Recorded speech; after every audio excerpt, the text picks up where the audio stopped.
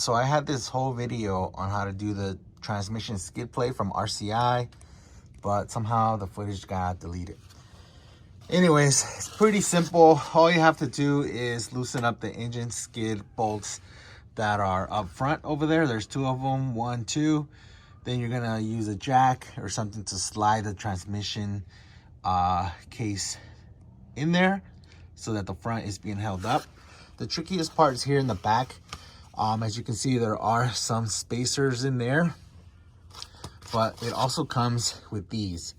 One side is threaded and the other side is just a hole. So basically these have to go into the frame via here.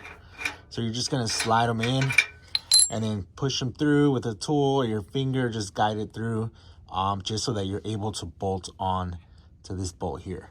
So once it's in there, it kind of turns and locks, and then you can screw on that bolt, right?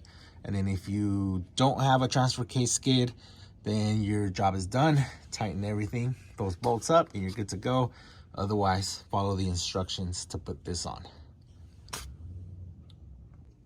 So per the instructions, you have to bend this speed clip in this form so that you're able to slide it into the channel.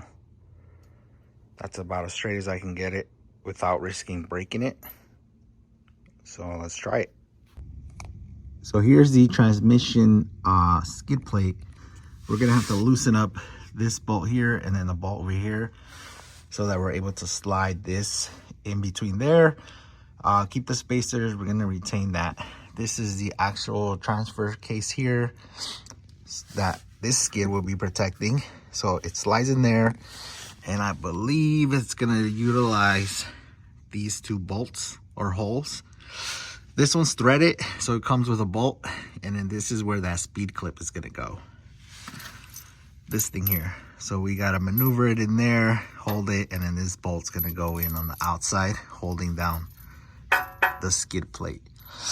It has these plastic things here, but the instructions say to remove the one on the inside. So let me get to that real quick. So looking at the inside of the frame, here's the transfer case there, and then this is the clip that we're gonna take off, so that we could get access to this hole here. Yeah, let's pry it out. All right, so I pried it out with the knife, and then it just kind of pops out. I was trying to reuse it, but I don't think I will. We'll just leave it open. Then we'll go ahead and slide our speed clip in there. All right, so after messing and taking this clip off here, we slid in the speed clip in here, and we are going to be using, let me see here, this hole right here.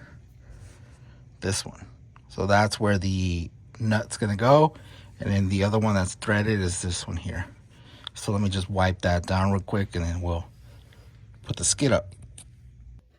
So in this part, all we're doing is loosening up the transmission skid bolts just enough so that we can slide the transfer case skid in between, and then still be able to put the actual spacers in between.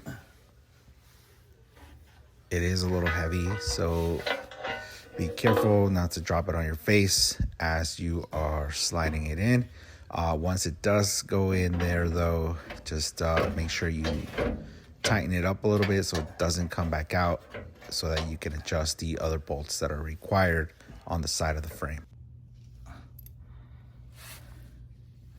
All right, so we are holding this thing down, and then we will slide the bolt through. Hopefully it catches the threads. Did it catch? No, almost.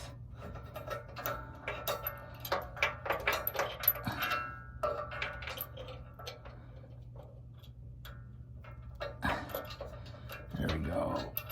I think I got it. Yep, okay, we got it. So now we just thread it on as much as you can, and then there we go, it's on.